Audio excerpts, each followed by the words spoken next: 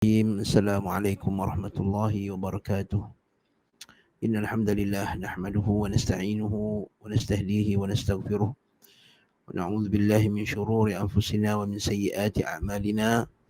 Man yahdihillahu fala mudilla lahu wa man yudlil fala hadiya lahu. Wa asyhadu an la ilaha illallah wahdahu la syarika lahu wa asyhadu anna Muhammadan 'abduhu wa rasuluh. يا أيها الذين آمنوا اتقوا الله حق تقاته ولا تموتن إلا وأنتم مسلمون. يا أيها الناس اتقوا ربكم الذي خلقكم من نفس واحدة وخلق منها زوجها وبث منهما رجالا كثيرا ونساء. اتقوا الله الذي تساءلون به والأرحام إن الله كان عليكم رقيبا. يا أيها الذين آمنوا اتقوا الله وقولوا قولا سديدا يصلح لكم أعمالكم ويغفر لكم ذنوبكم ومن يطع الله ورسوله فقد فاز فوزا عظيما. أما بعد فإن أصدق الحديث كتاب الله وخير الهدي هدي محمد صلى الله عليه وسلم وشر الأمور محدثاتها وكل محدثة بدعة وكل بدعة ضلالة وكل ضلالة في النار. Ikhwah wa akhwat rahimani wa rahimakumullah. Alhamdulillah pada tengah hari ini dapat kita bersama-sama untuk kita meneruskan bacaan kitab Sahih Muslim, dan kita masih lagi dalam Kitabul Haid. Itu bab ini firman Allah fi qawlihi ta'ala yas'alunaka 'anil mahid. Yas'alunaka 'anil mahid. Baik, mari kita baca hadisnya. Qala al-Imam An-Nawawi rahimahullahu ta'ala babu qawlihi ta'ala yas'alunaka 'anil mahid.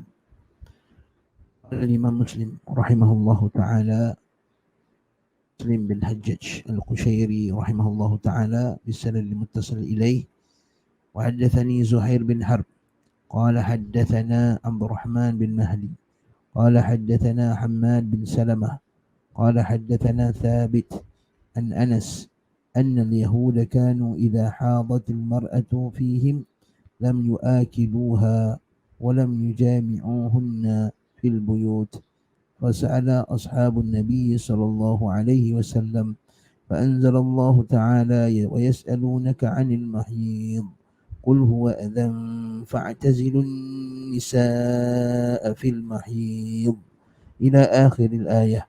وقال رسول الله صلى الله عليه وسلم اصنعوا كل شيء إلا النكاح، فبلغ ذلك اليهود وقالوا ما يريد هذا الرجل أن يدع من أمرنا شيئا إلا خالفنا فيه.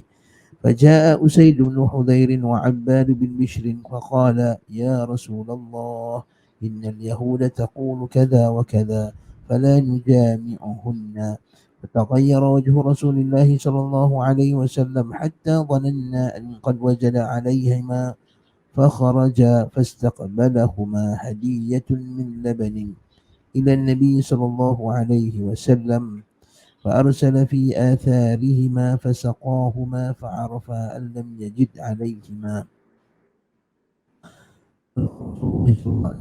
ابن زهير بن حرب min tabaqatil ashirah, tabaqah yang ke-10 antara yang Imam Al-Bukhari banyak meriwayatkan hadis daripadanya. Zuhair bin Harb.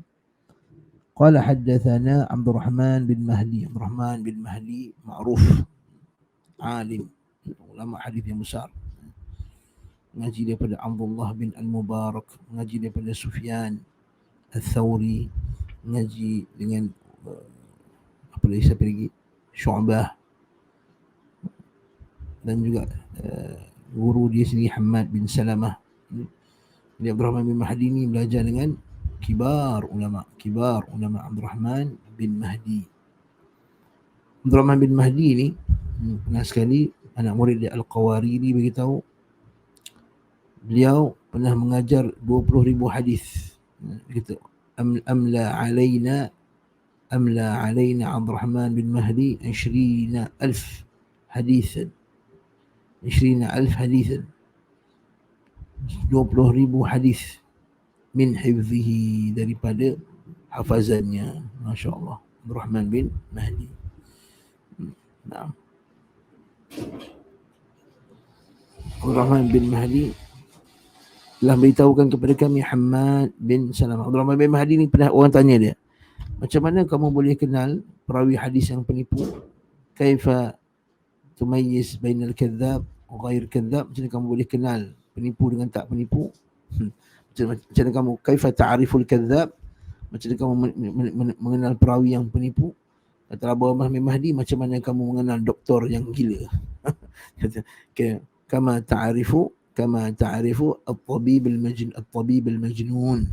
Sebagaimana kamu kenal doktor gila, macam itulah kamu kenal orang gila, penipu dalam hadis. Masya-Allah. Dan Hammad bin Salamah imam besar dalam hadis. Abu Salamah thiqatun 'abid, antara orang yang paling kuat hadisnya daripada athbatun nas, maksudnya riwayatnya yang paling baik sekali. Maksudnya orang anak murid Thabit Al-Bunani yang paling kuat sekali ialah Hammad bin Salamah. Athbatun nas fi Thabit Al-Bunani, yakni Hammad bin Salamah. Dan Thabit pula adalah orang yang athbatun nas fi Anas. Cantik ni maklumat yang menarik. Maksudnya Anas, anak murid Anas yang paling hebat sekali, yang paling kuat sekali riwayatnya, maksudnya yang paling sahih sekali riwayat daripada dia adalah Thabit. Thabit ni pula yang paling bagus riwayat daripada ialah Hammad bin Salamah. Masya Allah. Ini faedah yang sangat besar. Thabit Al-Bunani bin Aslam Al-Bunani Abu Muhammad Al-Basri thiqah. Hammad bin Salamah tabaqah yang ke-8. Thabit Al-Bunani tabaqah yang ke-4. Thabit Al-Bunani tabaqah yang ke-4. Daripada Anas bin Malik bin Nadar Al-Ansari Al-Khazraji. Ini beza. Itu bezanya Malik bin Anas. Malik bin Anas bin Malik dia Abu Amir Al-Asbahi, yani Al-Ansari Al-Khazraji, khadimu Rasulullah sallallahu alaihi wasallam. Beza dia, nasab dia beza. Jadi tak boleh kata Imam Malik tu keturunan Anas bin Malik. Salah. Ada orang kata Imam Malik tu keturunan Anas bin Malik. Salah, itu tak tepat. Khadimu Rasulullah, Anas yang telah menjadi khadam Rasulullah selama 10 tahun. Selama 10 tahun menjadi khadam Rasulullah sallallahu alaihi wasallam, dan dia ialah antara yang ketiga paling banyak hafal hadis daripada Nabi sallallahu alaihi wasallam, lebih kurang 2200 lebih hadis. 2286 hadis daripada Nabi sallallahu alaihi wasallam. Itu kenaan dengan perawinya. Dan antara ini yang menariknya lataif. Maknanya lataif ni kita kata apa? Kita kata faedah-faedah halus yang kita boleh dapat daripada sanad ini. Faedah sanad ni biasanya ulama hadis pakai dia disebut dengan satu istilah. Dia tak kata fawaid.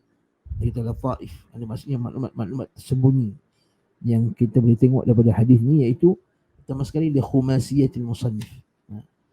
Dia antara Imam Muslim sampai Nabi SAW 5 orang sahaja. Masya Allah.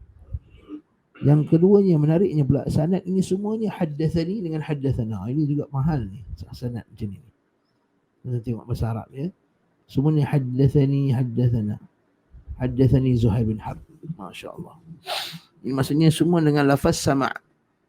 Semua dengan lafaz sama'. Haddathani, haddathana. Jadi haddathana Thabit, kecuali Anas lah. Kecuali ini Anas. Yang semua haddathani, maksudnya semua dalam majlis tahdis. Semuanya dalam majlis tahdis. Majlis apa? Majlis menyampaikan hadis. Masya Allah. Nampak tuan-tuan, ini budaya menyampaikan hadis ni kita kena teruskan. Ahli sunnah ialah orang paling kuat, kena teruskan majlis tahdis.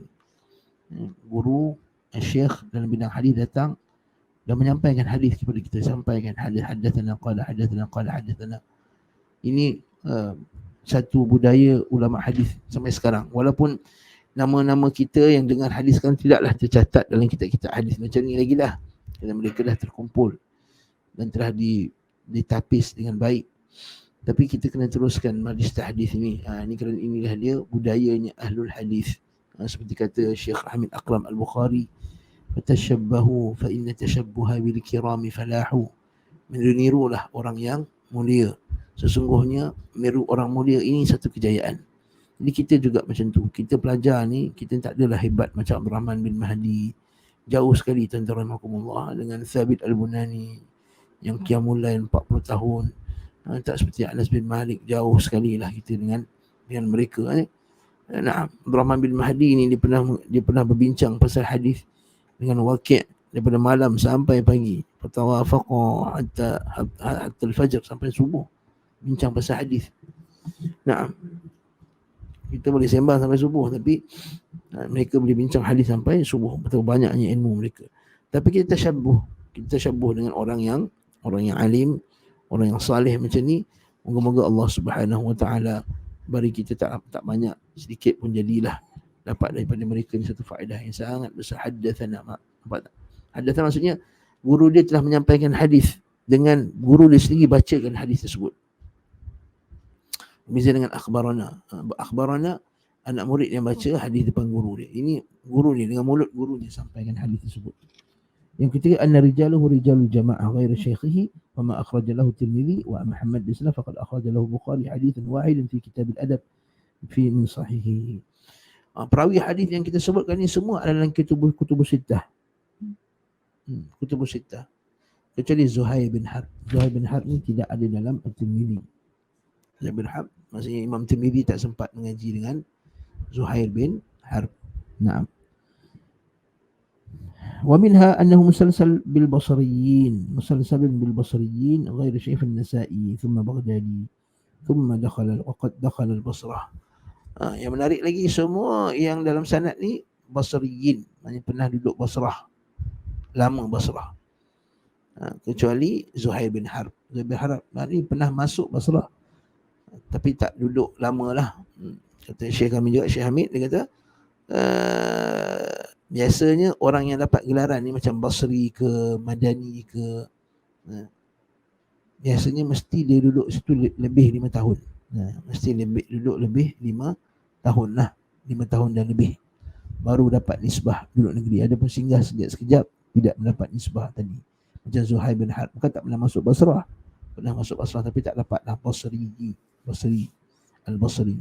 Wallahu ta'ala alam bis-shawab. Naam. Anna al-yahuda, kita masuk di balik.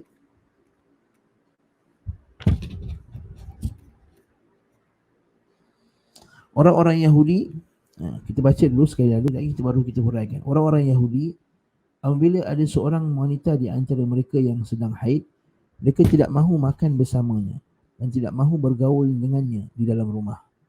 Lalu para sahabat radhiyallahu taala anhum bertanya kepada Nabi sallallahu alaihi wasallam tentang itu. Maka turunlah firman Allah Ta'ala, yas'alunaka 'anil mahid. Mereka menanyakan kepada kamu wahai Muhammad tentang haid. Katakanlah, qul huwa adhan, maka dia adalah benda yang kotor. Fa'tazilun nisa'a fil mahid, maka jauhilah wanita isteri pada waktu haid. Dan Nabi kata, isna'u kulla syai'in illa nikah. Nabi kata, buatlah semua benda kecuali nikah. Nikah ni maksudnya jima'. Ucapan ini sampai kepada orang Yahudi. Maksudnya Nabi SAW kata, waktu orang haid, kita boleh buat apa saja pun. Nak cium ke, nak peluk ke, nak apa ke, semua boleh. Jadi ucapan ini sampai kepada Nabi, kecuali apa? Kecuali jangan jima' je, jangan memasukkan kemaluan ke, ataupun yang kita bincang sebelum ni, jangan menggaulinya antara pusat hingga lutut. Senang cerita, jangan menggaulinya antara pusat hingga lutut. Ucapan ini sampai kepada Yahudi. Lalu mereka berkata, apa yang Muhammad ni nak? Tidaklah kita meninggalkan sesuatu kecuali dia menyelisih kita. Ini cantik, nanti kita akan huraikan. Kita Muhammad ni nak apa? Apa yang kita cakap semua dia nak lawan. Apa yang kita nak buat semua nak beza. Apa yang diingat oleh Muhammad, tidaklah kita meninggalkan sesuatu kecuali dia menyelisih kita. Lalu datanglah Usaid bin Hudair dan Abbad bin Bishir. Ini semua sahabat Nabi dulu. Mereka berdua berkata, wahai Rasulullah, sesungguhnya orang Yahudi berkata begini dan begitu. Iaitu apa dia? Tadilah Muhammad ni semua nak berbeza-beza. Apakah kita tidak gauli saja mereka isteri yang sedang haid? Ya. Yang ni peer pressure lah ni. Orang yang lain kata, apalah, semua tak boleh, semua nak beza kita. Apa kata kita bersama dengan isteri kita ketika haid, maka Rasulullah pun berubahlah wajah Rasulullah SAW sampai kami mengira bahawa beliau marah. Iaitu kami ni siapa? Iaitu Anas. Iaitu marah kepada dua orang tersebut. Marah kepada siapa? Usaid dan juga Abbad. Lalu kedua orang itu keluar. Setelah orang itu keluar, datanglah orang yang menghadiahkan susu kepada Nabi SAW. Bila dua orang sahabat tadi, Abbad bin Bishr dengan ini keluar, maka datanglah orang yang menghadiahkan susu kepada Nabi. Ada orang hadiahkan susu kepada Nabi SAW. Beliau suruh ingatkan Nabi marah, tapi Nabi tak marah rupanya. Nabi suruh hantar susu tu kepada keduanya. Okey, akhirnya mereka berdua mengetahui bahawa beliau tidak marah kepada keduanya, bahawa Nabi tak marah kepada mereka berdua. Maksudnya Nabi hanya berubah wajah lah. Kenapa orang Yahudi cakap macam ni pula? Baik, mari kita tengok pengajarannya. Mari kita baca dia punya syarah dia. Okey. Pertama sekali datangnya orang Yahudi. Yahudi ni datang asal mana perkataan Yahudi ni? Ada yang kata Yahudi ni datang perkataan hada Yahudu, iaitu kembali. Inna hudna ilaik, dalam surah Al-A'raf yang disebut inna hudna ilaik, iaitu kami kembali kepada kamu. Ada yang kata datang daripada Yahuda, Yahuda bin Ya'qub. Yahuda bin Ya'qub, salah satu anak Nabi Ya'qub nama dia Yahuda. Jadi Yahudi itu datang daripada Yahuda. Lalu telah diarabkan, sebab Arab disebut Yahuda dengan Yahudi, maka tak ada masalah. Maka orang yang ikut bangsa Yahudi ni, orang yang kabilah Yahudi ni, maka kita panggil dia Yahudiyun. Yahudi. Nah. Kemudian telah diitlakkan juga dengan maksud orang yang beragama dengan agama Yahudi lah. Orang yang beragama dengan agama Yahudi. Nah. Jadi orang Yahudi, makruflah ahli kitab, orang Yahudi lebih khusus, apabila salah seorang wanita di antara mereka sedang haid, mereka tidak mahu makan bersamanya. Na'am, lam yu'akiluha. Mereka tak duduk sama.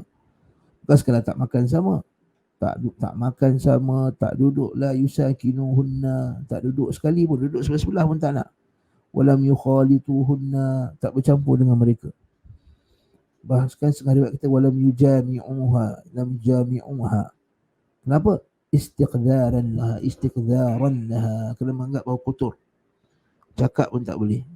Sebab tu kalau kita tengok dalam surah Maryam tu kan, kisah Maryam tu.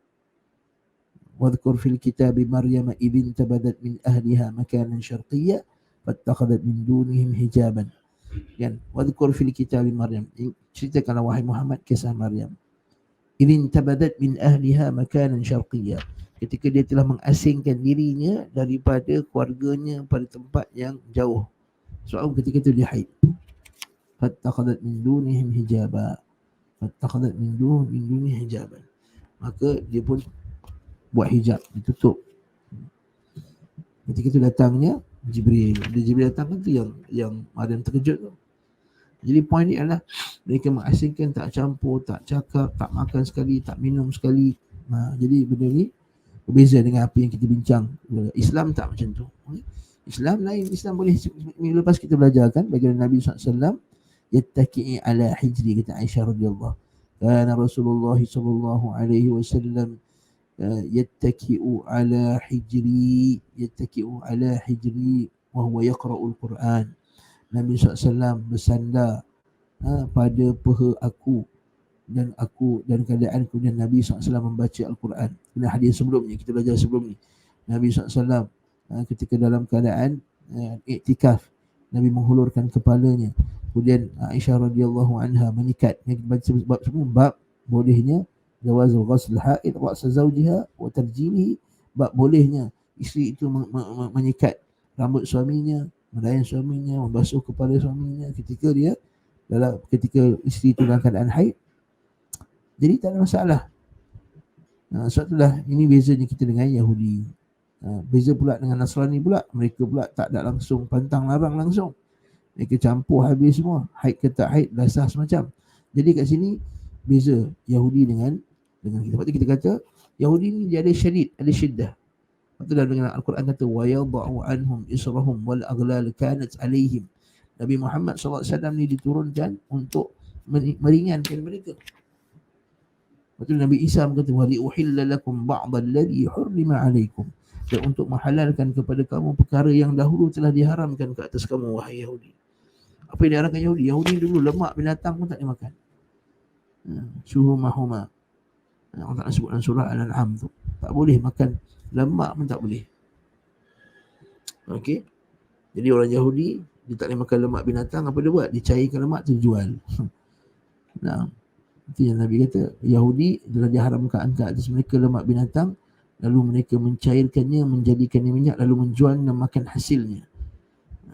Sesungguhnya Nabi kata, apa yang haram dimakan, haram makan daripada hasilnya. Apa yang haram dimakan, haram makan daripada hasilnya. Naam.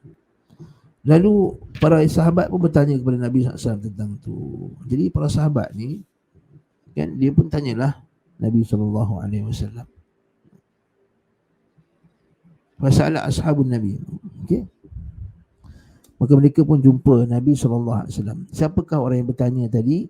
Ada yang kata yang bertanya ialah Thabit bin Dahdah. Sahabat Nabi namanya Thabit bin Dahdah. Ada yang kata Abbad bin Bishr. Ada yang kata Usaid bin Hudayr. Maka ada yang kata mereka semua. Mereka semua yang bertanya soalan itu kepada Nabi SAW.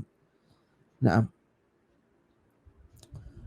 Jadi tujuannya apa yang mereka tanya? Mereka nak tanya apa hukum menjauhkan isteri macam tu ketika mereka dalam keadaan haid, dengan bentuk maksudnya tak campur langsung.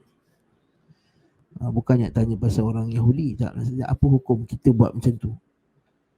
Boleh tak kalau perempuan haid kita buat macam tu? Maka Allah Subhanahu Wa Ta'ala turunkan ayat dalam surah Al-Baqarah, yas'alunaka 'anil mahid. Mereka bertanya kepada kamu wahai Muhammad tentang haid. Yang ni kita panggil sababun nuzul. Yang ni kita bahasa Arab kita panggil sababun nuzul. Itu sebab turunnya ayat tu ada kisah-kisah yang tertentu. Dan kaedah ni ialah ada ayat yang turun bersebab, ada sababun nuzul, ada sebab turun. Ada juga ayat yang tak ada sebab, yang Allah Ta'ala turunkan wahyu sebegitu sahaja, maksudnya berdasarkan situasi. Ada yang pula ada sebab, ada kejadian, lalu mereka Nabi SAW jawab. Dan para ulama kata yas'alunaka, dalam Quran ada 12 sahaja. Yas'alunaka, dalam Quran ada 12 sahaja yas'alunaka. Itu menunjukkan bahawa para sahabat dahulu, mereka pada perintah Allah Ta'ala mereka tak banyak tanya. Maksudnya mereka tak banyak tanya perintah Allah Ta'ala. Mereka tak banyak tanya, maksudnya tak banyak tanya untuk mempertikaikan. Bukan tak tanya untuk belajar, bukan. Tak banyak tanya untuk mempertikaikan. Banyak tanya. Kita ni sekarang banyak sangat tanya, detail soalan kita, tapi amal tu kurang. Mereka tu soalan mereka sikit, tapi amalnya banyak. Yang kedua sebab masa tu turunnya wahyu. Bila pertanyaan para sahabat, dia takut nak tanya soalan, dan takut nanti seperti kita masuk dalam larangan Nabi SAW. Nabi kata semua seburuk-buruk manusia adalah orang yang perkara itu tidak diharamkan, kemudian kemudian diharamkan kerana pertanyaan. Perkara itu asalnya halal, kemudian diharamkan kerana pertanyaan, di ajli masalatah, maka diharamkan kerana soalannya. Waktu para sahabat tak banyak tanya soalan, dan mereka menunggu orang Arab Badui ke siapa-siapa ke, orang yang nampak bukan di kalangan mereka, orang yang Nabi SAW lemah lembut dengan mereka untuk tanya soalan, barulah Nabi menjawab soalan tersebut. Wa yas'alunaka 'anil mahid, iaitu mereka tanya tentang haid. Qul huwa adha. Tengok bahasa Arab Qul huwa adha. Adha dalam bahasa Arab ada banyak maksud. Banyak maksud, ada dua maksud. Satu, adha itu maksudnya kotoran. Sebab asal perkataan adha, kalau tengok bahasa Melayu tak nampak sangat, sebab dia dah ambil terjemahan kotor je sebenarnya. Okey. Sebenarnya dalam bahasa Arab, mari kita tengok qul huwa adha. Al-adha, tengok kataan bahasa Arab dia. Adha. Kenapa saya nak cerita ni, sebab takut nanti bila kita baca ayat lain, kita jumpa perkataan adha, nanti kita ingat kotoran. Tak. Adha dalam ayat ni kotor lah. Betul lah. Adha dalam ayat ni, dia tanya kamu tentang haid. Katakanlah wahai Muhammad, huwa adha, haid ni kotor. Tapi asal perkataan adha ni ialah perkara yang menyakiti manusia. Jadi asal perkataan adha ialah yang menyakiti manusia. Lepas tu kalau nama dia contohnya Azarina, jangan panggil dia Azhar. Kan? Nama dia namanya Nazaruddin, jangan panggil dia Azhar. Jangan, tak elok Jadi maksudnya menyakiti. Kemudian Azhar ni digunakan dalam dua bentuk. Satu maksudnya kotoran, najis ke, kotoran. Lepas tu Nabi SAW dia kata, sebelum kamu masjid maka lihatlah ke kasut kamu, dan kalau kamu kata adab maka buangkan dia, gesek-gesekkannya. Sebab nama Nabi SAW boleh masuk masjid pakai kasut. Kedua, adab ni ialah ucapan yang apa saja yang menyakiti manusia. Menyakiti manusia sama ada dari segi perbuatan ataupun ucapan.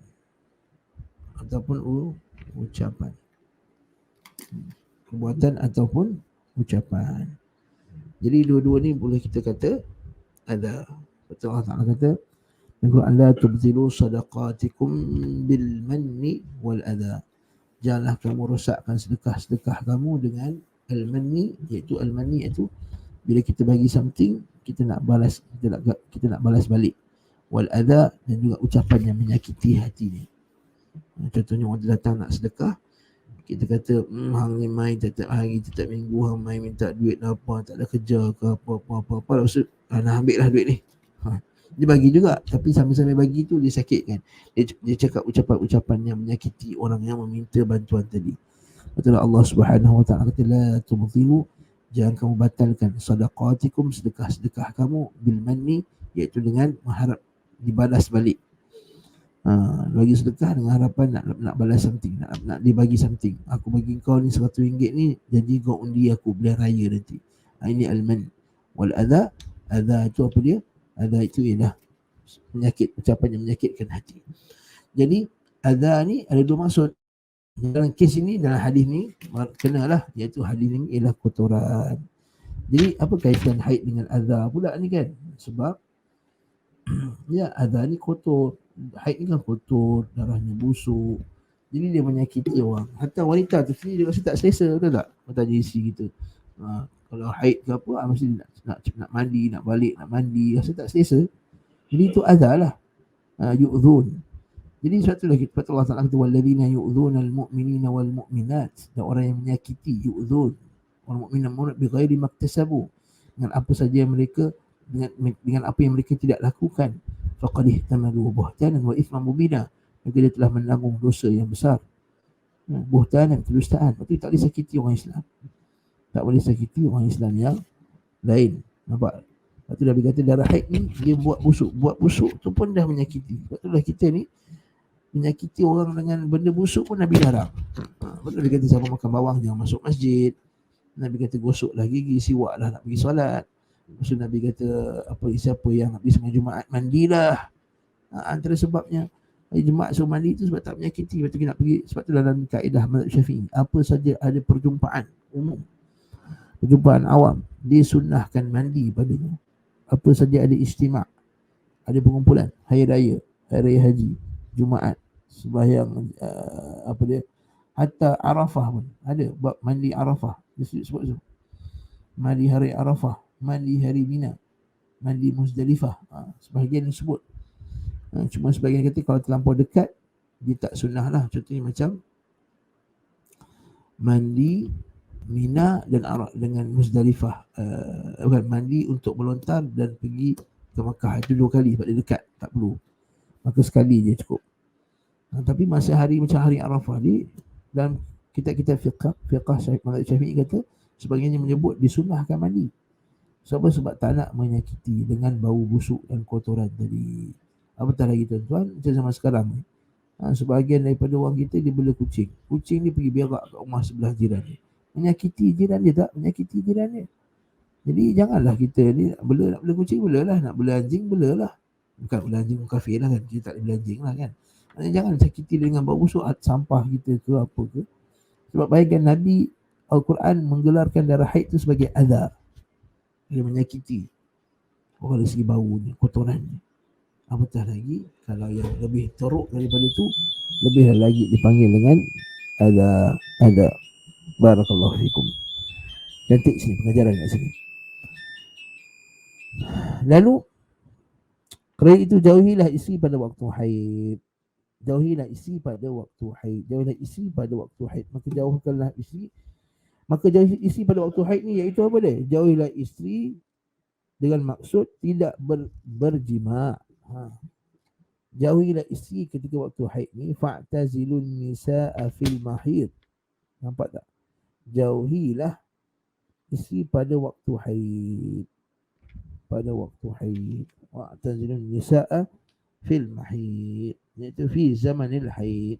Iaitu maksudnya apa? Iaitu tidak menyakitinya. Haid tu maksudnya, sorry, maksudnya waktu haid ketika mereka dalam haid jangan berjima. Bukan maksudnya menjauhi mereka. Maksudnya tidak boleh langsung bercakap, bahkan tidak.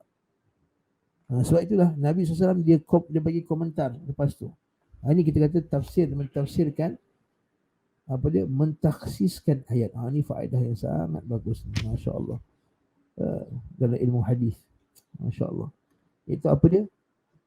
Ayat ini datang dalam bentuk umum. Jauhilah isteri pada waktu haid. Bila sebut dia umum, kan ayat itu lah umum. Ataupun ayat itu datang dalam bentuk kita kata mutlak. Mutlak atau am. Atau mutlak. Tak disebut sifat, mutlak. Jangan jauhi. Kemudian disebutkan sifatnya atau dikhususkannya. Ditakhsiskannya. Dikhususkan dengan maksudnya apa? Bukannya semua benda kamu kena jauhi. Nabi kata isna'u kulla syai'in illa nikah. Nikah melainkan nikah. Buat semua benda kecuali nikah. Nikah sini maksudnya jima. Bukannya nikah pergi menikah.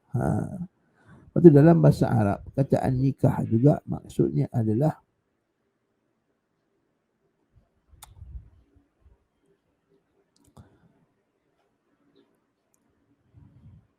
ialah jima.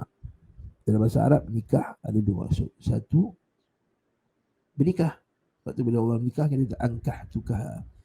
Si wali tu dinikahkan lelaki tu kan, dia kata ankahtukaha bima ma'aka min sekian-sekian. Maksudnya aku nikahkan engkau dengan mas kahwinnya sekian-sekian. Sebab angkahtu, aku nikahkan engkau. Angkahtu ka, aku nikahkan engkau kaha, dengan dia.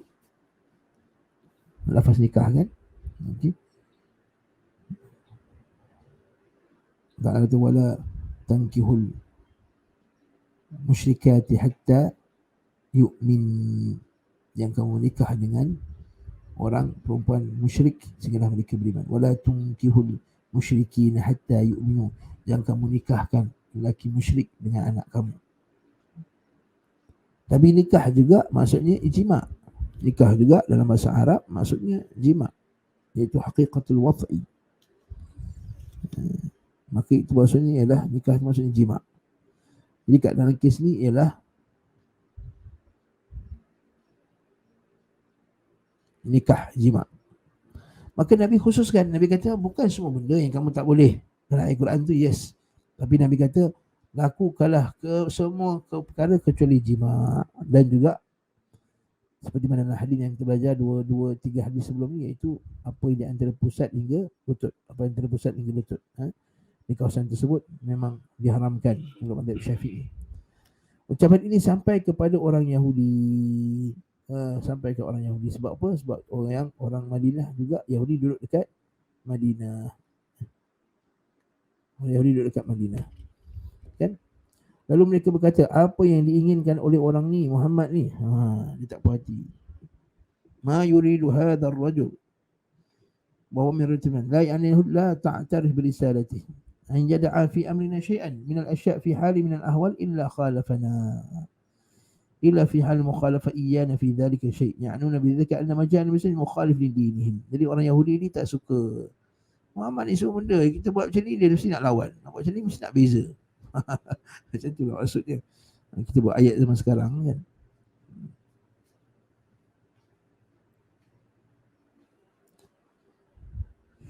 Jadi ayat ini adakah umumnya? Tidak. Maksudnya ada je perkara yang bertentangan dengan agama kita, maka kita bezalah. هذا الذي قال من مخالفة النبي لدينهم صحيح فيما بدلوا وغيروا. Jadi Nabi akan lawan apa yang mereka ubah. Badalu wa ghayyaru. نعم. وأما ما لم يبدل من شرع موسى فإنه ما أتى مخالفا لأصوله بل جاء موافقا له ومحييها لما درس منه. Adapun apa yang dalam syariat mereka adalah syariat Nabi Musa yang tidak bertentangan dengan Islam, yang mereka tak ubah, maka Islam mengiktirafnya.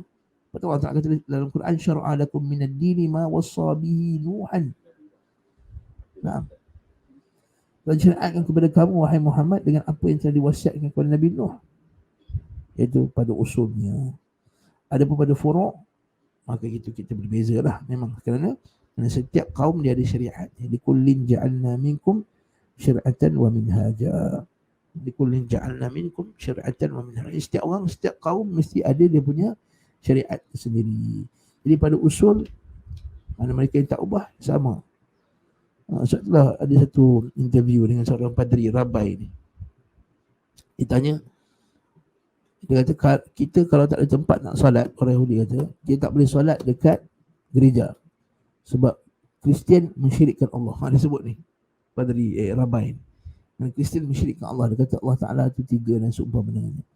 Kita kalau tak ada tempat nak solat, kita boleh solat di masjid, kerana orang Islam tidak mensyirikkan Allah. Masya Allah. Nah, maksudnya bahawa kat sini usul sama tak? Usulnya sama. Jadi apa yang dengan Muhammad ini juga petunjuk bahawa kita ni orang Islam kena berbeza dengan Yahudi pada perkara yang Nabi SAW minta kita beza.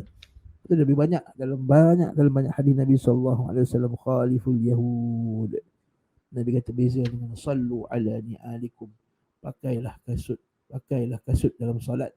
Pakailah slipper ketika solat. Khaliful Yahud, bezalah diri kamu dengan orang Yahudi. Khaliful Yahud, sallu ala ni'alikum, beza diri kamu dengan orang Yahudi, salat dengan memakai kasut. Al-farqu baina siyamina wa siyamil yahud wal nasara as-sahur. Beza antara puasa kita dengan puasa Yahudi dengan Nasrani, sahur. Nah, orang Yahudi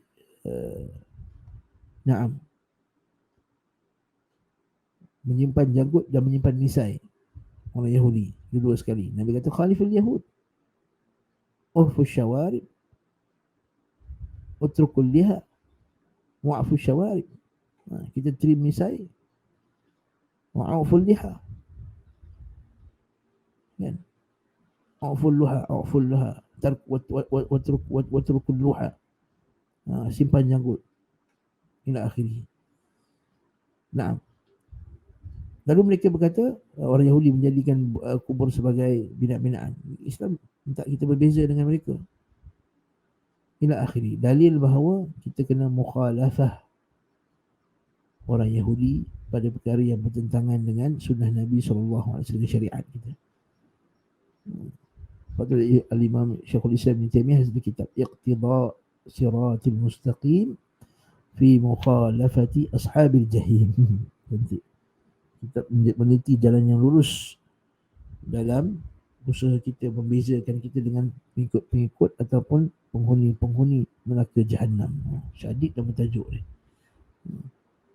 Keras tajuk kitab ni. Kita dah baca 2 tahun lepas. Masya Allah, Mukhtasar Iqtida Siratal Mustaqim masa daurah dulu ni, Baitur Rahmah dulu. Apa yang diinginkan oleh orang ini? Jadi Muhammad ni nak apa? Tidaklah kita meninggalkan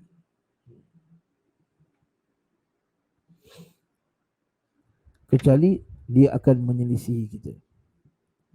Lalu datanglah Usaid bin Hudair. Siapa Usaid bin Hudair ni? Usaid bin Hudair bin Simak bin Atik Al-Ansari Al-Ashhali Abu Yahya. Dia Nuqaba Lailatul Aqabah, sahabat Nabi yang hebat. Usaid bin Hudair ni kalau tuan-tuan masih ingat lagi, dia lah yang baca surah Al-Kahf. Dia baca surah Al-Kahf tu lalu datang cahaya. Dia pun dah takut, dia stop. Kemudian masa datang cahaya tu, kuda dia melompat-lompat. Dan masa tu anak dia ada masa tu. Jadi dia takut anaknya dipijak oleh kuda tersebut, dia pun berhenti.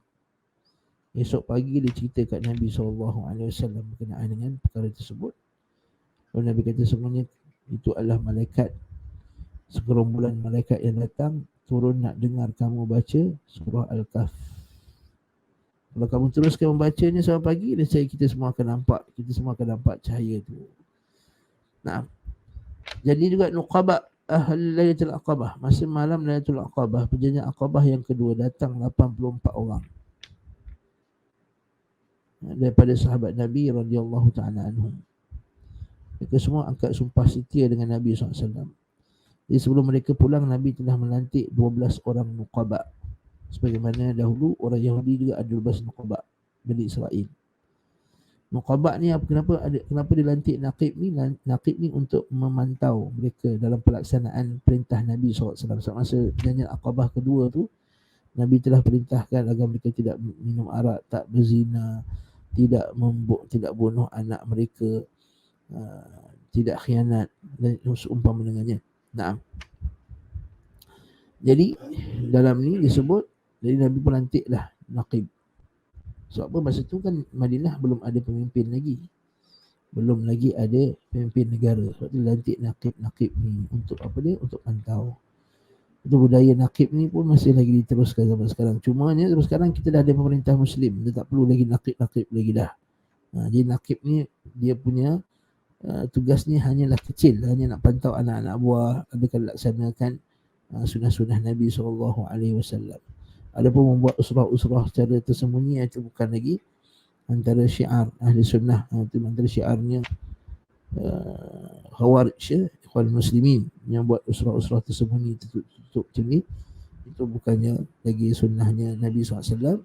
Dia betul Nabi lanjut Naqib ketika tak wujudnya pemerintah Muslim yang nak laksanakan hukum. Bila ada pemerintah Muslim, sebab tu tidak diriwayatkan Nabi daripada Nabi SAW lepas Nabi dah sampai ke Madinah, Nabi buat lagi Naqib ni. Tak ada lah, habis dah, khalas, stop. Jadi ni Usaid bin Hudayr. Kana syarifan fi qaumihi kamilan wa dzakara Musa bin Uthman fi man syahida al-aqabah ats-tsaniyah wa qala Aisyah kana min afadilin nas. Kata Aisyah, dia antara manusia paling afdal sekali. Dia pergi perang Badar dan dia juga senior perang Badar, walaupun sebagian ulama khilaf padanya. Dan banyak sahabat-sahabat yang lebih junior riwayatkan daripada beliau, seperti contohnya Abu Sa'id Al-Khudri, Anas bin Malik, Abu Layla, Ka'ab bin Malik, Aisyah radhiyallahu anha, dan juga seperti tabi'in yang kibar seperti Abdurrahman bin Abi Layla, seperti Muhammad bin Ibrahim At-Taimi, seperti Husain bin Abdurrahman. Wallahu ta'ala alam bis-shawab. Dan ketika wafatnya Usaid bin Hudayr ini, dia ada 4,000 dirham.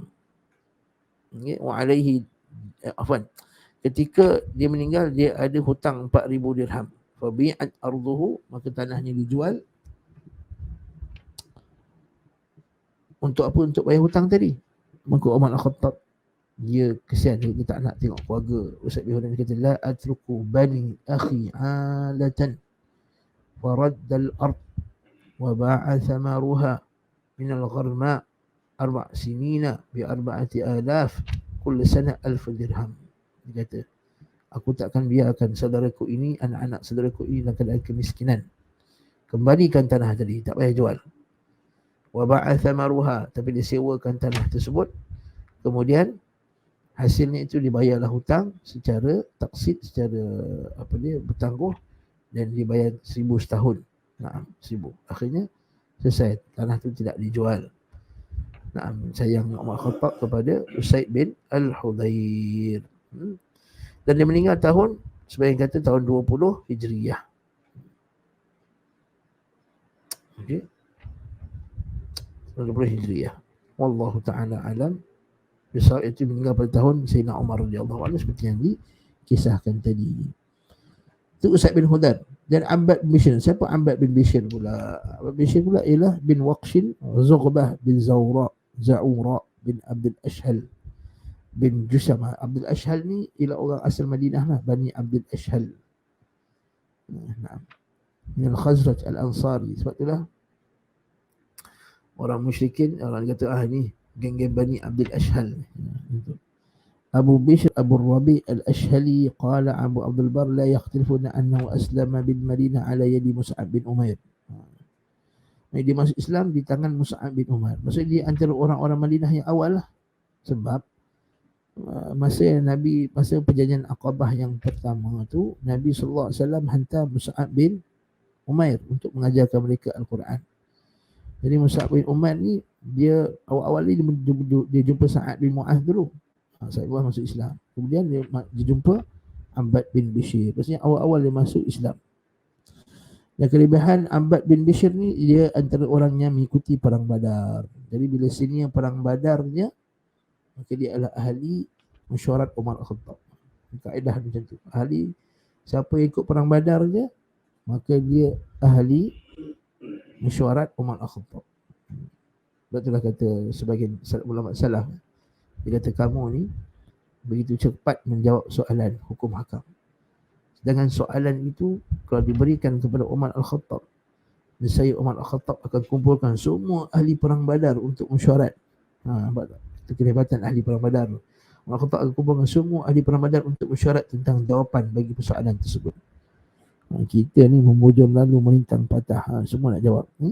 Qaul Islam sa'an li Mu'adh wa syahida Badran wa syahida Kudah. Wa ingal qatala Ka'ab bin Al-Ashraf. Dia ialah orang yang termasuk 3 orang yang pergi bunuh Ka'ab Al-Ashraf. Ka'ab Al-Ashraf ni siapa? Iaitu kepala Yahudi yang kita kata kepala yang banyak membuat kempen-kempen memburukkan Nabi SAW dan kempen untuk merangi Nabi. Akhirnya dialah yang bunuh Ka'ab Al-Ashraf. Kisah dia panjang, bukan sini makamnya untuk kita menghuraikan. Dia meninggal qutila yaumal al-Yamamah. Yaumul Yamamah, dia meninggal pada perang Yamamah. Perang Yamamah ni apa tuan-tuan? Perang Yamamah ni ialah perang melawan Nabi palsu. Nampak tak? Perang melawan Nabi palsu. Ini keburukan Nabi palsu sampai matinya lebih 70 orang sahabat penghafal Al-Quran. Ini bahayanya bid'ah. Ini menyebabkan 70 orang ahli sahabat di kalangan penghafal Al-Quran meninggal. Wa kana lahu bala'un wa ghana. Itu adalah ujian baginya, meninggal dan dapat bala dan mati sebagai syahid. Qutila syahidan. Namun Abbad bin Bishr dari segi hadis tidak ada riwayat daripada kutubus sittah. Maksudnya Abbad ni tidak ada riwayat hadis. Tidak meriwayatkan hadis daripada Nabi SAW. Wallahu a'lam. Faqala, dia kata, ya Rasulullah, innal yahuda naqulu kadha taqulu kadha afala nujami'uhunna.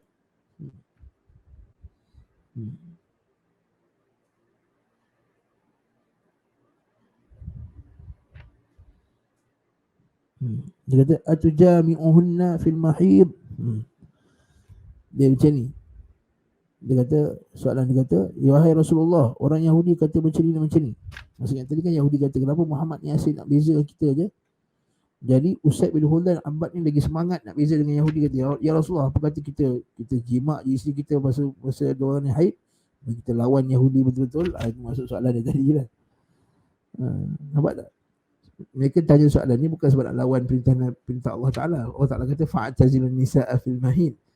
Kan, jauhilah isteri kamu ketika dalam keadaan haid. Nabi kata buatlah semua benda kecuali jima'. Dia pun ni semangat nak lawan Yahudi, sebab Yahudi dah kutuk Nabi SAW. Kata, ya Rasulullah, apa kata kita jima' isteri kita masa haid ni, bagi kita lawan Yahudi betul-betul. Ghadban lahum, dia kata syiddata bughdhiha lil yahud fa arada idkhala al-ghayza alaihim. Masya-Allah. Jadi mereka tanya soalan ni bukan sebab nak mukhalafah perintah Allah, bukan sebab nak lawan perintah Allah Subhanahu wa taala, tapi li syiddati bughdhiha lil yahud, kerana kebencian yang amat-amat pada Yahudi. Allahu akbar. Kat sini ada faedah yang besar. Faedah manhajiyah aqdiyah, iaitu kita membenci Yahudi kerana mereka mukhalafah, kerana mereka lawan Nabi SAW, bukan semata-mata darah mereka Yahudi. Sebab tu kita ni kena betulkan. Ada sebahagiannya golongan yang konon-kononnya Islamis, modernis ni kata kita benci Yahudi sebab mereka ambil tanah Palestin. Tidak, kata Allah. Demi Allah, kalau dia bagi setiap inci daripada tanah Palestin tu kepada orang Palestin, kepada orang Islam Palestin, dan kita tetap bencinya kerana perbuatan mereka terhadap Nabi Muhammad SAW. Lepas tu baca kita Ahkam Ahli Zimmah oleh Al-Imam Al-Qayyim. Disebut situ disenaraikan lebih dari 30 perangai buruk Yahudi. Akaluna lis-suht, makan harta riba, menzalimi orang, ambil harta orang, langgar perjanjian, menipu, sihir, riba, membunuh para nabi, merancang bunuh Nabi Muhammad SAW, memburukkan Nabi SAW, meracuni Nabi SAW, menyihir Nabi SAW. Jadi kat sini kita kata lisyiddati bughdhi ahliha, kecuali yang bertaubat di kalangan mereka, seperti Safiyah binti Huyai, isteri Nabi SAW. Sebab itulah bila Zainab kata, apakah nak diberi keldai aku ini kepada si Yahudi itu? Zainab dia jealous. Lepas tu Nabi suruh Zainab bagi keldai dia, unta dia pada Safiyah. Safiyah masa tak ada keldai, miskin kan sahabat masa tu, isteri dia miskin. Sedangkan ayah dulu Huyai itu ketua Yahudi, kaya gila. Masa Quraidah itu ditawan, punyalah banyak emas. Lepas kota Khaybar ditawan, emas berlambak-lambak. Lepas tu sahabat bawa ustaz tak ada duit lepas perang Khaybar, begitu miskin. Tapi nampak tak Safiyah tetap dalam keadaan tak ada unta pun, tak ada kereta. Macam kita sama sekarang tak ada kereta pun, kan? Lalu Nabi kata kat Zainab, Zainab bagilah unta ni kepada Aisyah, dia bagilah pada Safiyah.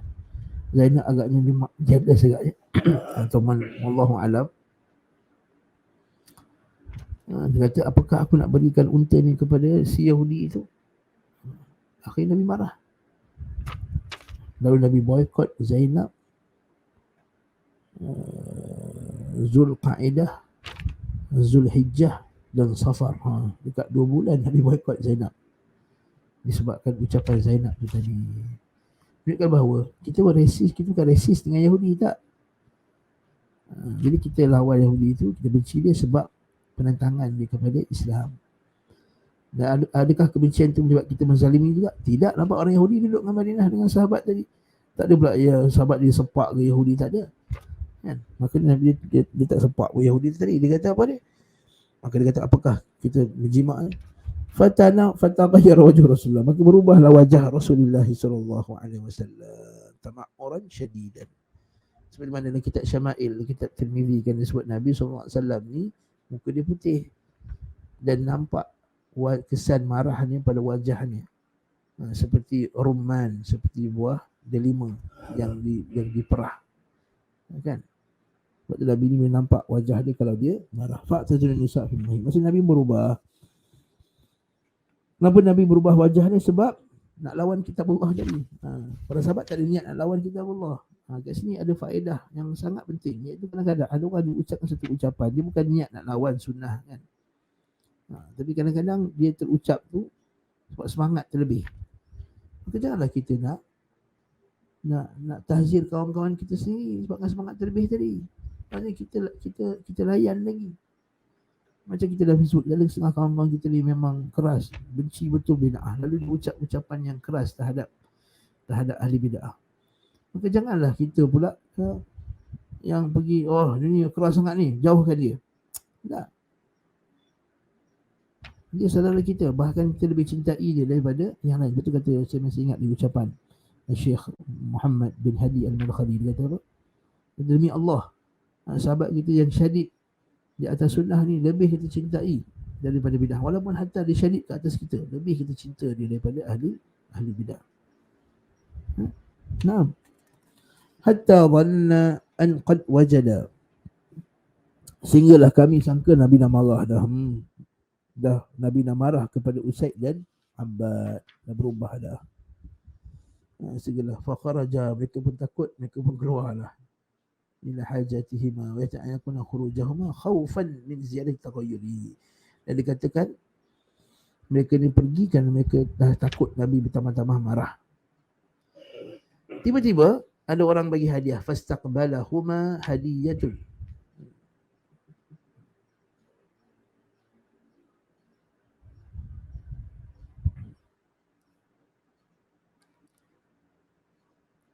Maka ada seorang lelaki datang bawa hadiah.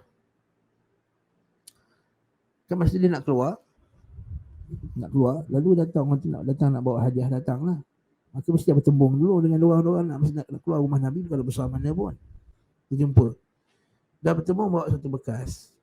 Dia bawa kat Nabi SAW. Fa'arsala fi athari min labanin, daripada susu. Nabi orang hadiahkan Nabi SAW susu. Dan memang banyak kejadian memang Nabi ni, sahabat-sahabat selalu bagi Nabi SAW susu. Sebab susu ni di antara minuman yang barakah. Nabi sebut susu ialah minuman barakah. Nah, hadis riwayat Tirmizi kalau tak silap, susu adalah minuman yang barakah. Jadi tak benarlah sebagian orang kata susu ni boleh menyebabkan kanser lah, apa benda apa semua, tak. Bahkan sebahagian Ibn Qayyim kata susu ni ialah minuman yang boleh menghilangkan stres. Itu mungkinlah sebabnya orang kita minum teh tarik tu dia tenang buat Allah. Kan orang kita nak minum teh tarik dah relax kan, mungkin sebab ada susu dalam tu. Ya, wallahu a'lam. Tapi susu adalah minuman yang bagus. Mereka kata barakah. Minuman yang barakah. Karena barakah sebab ialah susu ni antara minuman yang lengkap gizi ni. Maksudnya kalau kita tengok orang yang sakit, kalau dia tak boleh makan, susu lah kita bagi dia. Kan? Kalau kanak-kanak kecil tak makan pun, minum susu pun dah badan dia boleh sihat. Juga dengan orang yang sakit atau orang yang dalam nak recover daripada penyakit yang lama, minum susu. Jadi fa'alsa fi atharihima, cuma bukanlah semua keadaan susu tu. Kalau kena gastrik, susu tak gastrik okey, susu. Ada sebahagian penyakit tak elok minum susu, menyebabkan dia akan muntah dan seumpama dengannya. Cuma umumnya dia adalah minuman yang barakah. Sebab mereka selalu hadiahkan Nabi SAW dengan susu. Maka Nabi pada malam perkahwinannya minum susu dengan Aisyah radhiyallahu anha. Nah, fi atharihima. Tapi apa yang berlaku? Nabi SAW hantar hadiah tadi, susu tu tadi, pada kedua sahabat tadi. Menunjukkan bahawa Nabi tak marah lah sebenarnya. Fasaqahuma, maka mereka pun minumlah. Fa'arafa, lalu mereka pun sedar bahawa Nabi tak marah mereka. Bahawa Nabi SAW tidak marah mereka. Kata Imam Qurtubi rahimahullah ta'ala, berubahnya wajah Rasulullah SAW kerana ucapan Usaid bin Abbad tadi, kerana nak menjelaskan annal hamil al-masyid al-ahkam inama huwa amrullah. Kata Nabi berubah wajah tu sebab perkara yang menyebabkan kita ni duk jauhkan isteri perempuan kita ni ketika haid, bukan sebab kita nak lawan Yahudi sangat, tapi kerana perintah Allah. Ialah kerana perintah Allah. Bukan sebab nak lawan siapa-siapa pun. La mukhalafati ahad, la muwafaqatihi kama dhanna. Bukan juga untuk nak ikut mana-mana geng ke, tidak. Thumma lamma kharaja min indihi wa tarakahu ala tilka al-hala khafa alaihima an yahzina. Maka bila Nabi tengok keadaan macam tu, bila mereka tinggalkan Nabi dan keadaan Nabi berubah wajah tadi, Nabi takut mereka tu sedih. Sebab Nabi ni tak suka sahabatnya jadi sedih pada dia. Allahu Akbar, pengajaran. Wa ayatakaddar halahuma, menyebabkan mereka rasa nanti kan rasa kecil hati dengan Nabi, lalu putus asa dengan Nabi SAW. Fastadraka dhalik wastimalahuma, dan pujuk mereka balik, wa azala anhuma ma asabahuma, hingga hilanglah apa yang ada pada mereka. Macam kadang-kadang kita marah anak murid kita, kita pujuk balik. Kita marah anak kita, jadi kita pujuk. Kita betulkan dia, tapi kita balik pujuk dia. Jadi pujuk tu bukannya apa? Pujuk tu untuk supaya supaya dia tahu bahawa kita marah dia tu bukan marah sebab nak marah, bukan sebab benci dia, tapi kita marah dia sebab nak didik dia, nak bagi yang betul, nak bagi jawapan yang betul, hujah yang betul. Naam. Bi an arsala ilaihim al-laban fasaqama ra'fatan wa rahmatan minhu lahumma. Kalau sifat kasih sayang dan lemah lembut Nabi kepada mereka. Sebab itulah Allah Ta'ala kata wa bil mu'minina laqad ja'akum rasulun min anfusikum azizun 'alaihi ma anittum harisun 'alaikum bil mu'minina raufun rahim. Wallahu ta'ala alam bisawab. Kesimpulan daripada hadis ni. Nombor 1, haramnya berjima' dengan perempuan yang haid. Dan ini adalah mujma' alaih. Siapa menghalalkannya kafir. Siapa yang menghalalkannya maka dia kafir kalau dia tahu. لأنه محرم بنص الكتاب ولا يرتفع التحريم إلا بانقطاع الدم والاغتسال عند أكثر أهل العلم كما تقدم. Dan tak boleh kita berjima' dengannya sehinggalah dia suci dan dah mandi. Ikut kebanyakan ulama, walaupun sebahagiannya seperti mazhab Hanafi kata dah kering saja pun dah boleh berjima' dah. Tapi yang sahih dari ulama Syafi'i, Maliki dan Hambali, dia kena mandi dahulu. Khususnya yang kedua ialah menjelaskan tentang apakah dia sebab turunnya ayat ini. Yang ketiga, jawazul istimta' bil haid. Itu bolehnya kita bermesra-mesra, okey, bergurau senda, bergaul dengan perempuan haid, kecuali ma'adal wati fil farj, kecuali kemaluan dalam mazhab Syafi'i antara pusat hingga ke lutut. Yang keempat, samahatul din Islam, iaitu flexibility agama Islam ini, ataupun kelembutan agama Islam, toleransi agama Islam, iaitu ahalal istimta' al-madhkur, menghalalkan perbuatan tersebut. Kalau tidak, nanti yang isteri dia haid 14 hari tak boleh sentuh langsung bini, Allah kesian laki dia kan. Nah, samahatul din Islam. Nombor 5, dan juga kesian pada wanita tu lah, sampai tak boleh nak share minuman pun tak boleh, seperti Yahudi. Dan yang kelima, iaitu apa yang disebut oleh Qadhi Iyad, iaitu perbuatan Nabi bagi susu tadi, hadiahkan tadi itu, iaitu untuk latatyibun nufusihima wa zawalil wahsyati min qulubihima bisaqima al-laban ithru ma adharu min al-inkar li su'alin fil wati' al-haid mukhalifan lil yahud. Itu ajaran tadilah, iaitu bersifat kasih sayang, kasihan kepada sahabat dan juga orang Islam yang lain. Nah, yang keenam, ada muqabatul muslim bima yasu'uhu. Jadi kita jangan menyakiti orang Islam.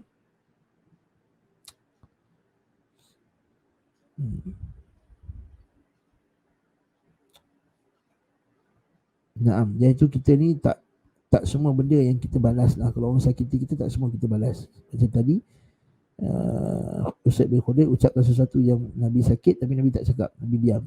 Jadi antara cara juga ialah untuk kita nak menunjukkan kita tak perhati, ialah dengan kita diam. Ini sangat bagus, terutama sekali dalam berkeluarga bersama suami isteri. Bukan semua kita nak balas. Lebih baik ada waktu diam tu lagi baik. Yang ketujuh, masyru'iyatul ghadab ala ma takaba ma la yaliqu bih. Dia bolehnya marah. Dalil bahawa bolehnya marah. Jangan kita kata tak boleh marah dalam Islam. Boleh marah. Habis tu Nabi kata la taghdab, la taghdab. Iaitu Nabi kata jangan marah tu. Itu la taghdab dan marah pada waktu yang tak sepatutnya kita marah. Dan macam ni kita nak letak babit ni, marah yang tak boleh ni. Sebenarnya marah dalam perkara agama, marah dalam perkara hak yang hak, itu boleh marah. Naam. Yang ke-8, annahu la yajuzu ighadatul adu bima fihi mughalafati, itu annahu la yajuzu ighadatul adu bima fihi mughalafati syariah. Dia tak boleh, ini cantik ni, tak boleh kita nak menyebabkan musuh kita marah pada kita. Maksudnya nak menyebabkan musuh marah, tapi dengan cara yang tak syar'i. Dengan cara yang tak syar'i. Contohnya, kita nak buat orang Yahudi marah kat kita, lalu kita buat video-video lucah, contohnya buat ucapan-ucapan lucah, cakap mencari carut. Itu tak syar'i.